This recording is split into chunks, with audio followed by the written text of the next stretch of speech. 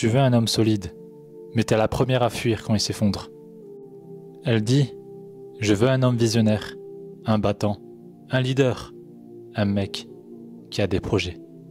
Mais attention, le jour où il tombe, le jour où il doute, le jour où le compte est vide et que son moral est à zéro, elle n'est plus là. Elle voulait un lion, mais elle ne voulait pas le voir blessé. Elle voulait le sommet, mais pas l'ascension. Elle voulait l'homme accompli, pas le croyant en construction. Tu veux un homme ambitieux, alors sois une femme qui marche avec lui dans l'orage, pas une qui disparaît dès que le ciel se couvre. Allah dit dans le Coran, Surat At-Tawbah, le verset 71. Les croyants, hommes et femmes, sont solidaires les uns des autres. Ils encouragent au bien et déconseillent le mal. Ils sont assidus à la prière, acquittent la dîme et obéissent à Allah et à son prophète. Allah les recevra dans les seins de sa miséricorde. Il est puissant et sage. Vous avez entendu? Sont solidaires les uns des autres.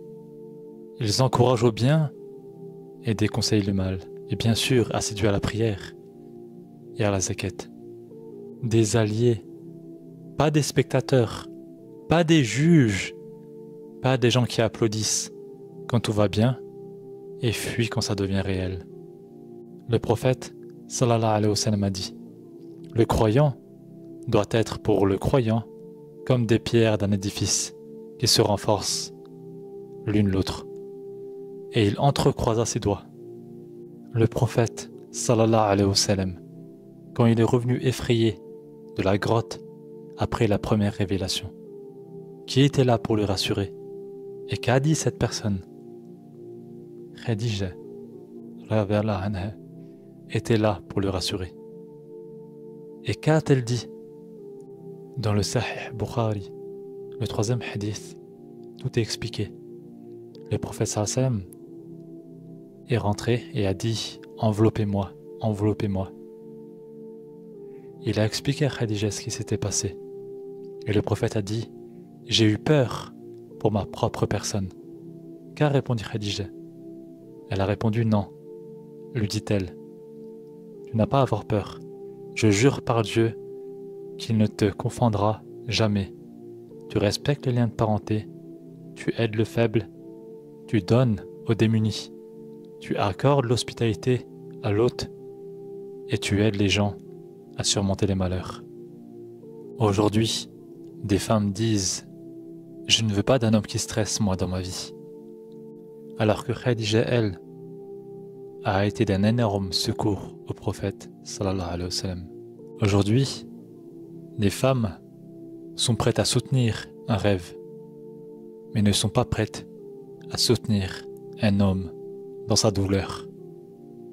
Alors ne dites pas que vous voulez quelqu'un d'ambitieux, parce que l'ambition, ça se paye en sacrifice, en nuit blanche, en stress et en chute. Et s'il doit traverser la tempête seul, alors t'as jamais voulu d'un homme ambitieux. T'as juste voulu profiter des fruits sans planter l'arbre. Aujourd'hui, tu veux un homme ambitieux, mais tu refuses de le soutenir dans l'épreuve. C'est pas dans les moments faciles qu'on voit une vraie épouse.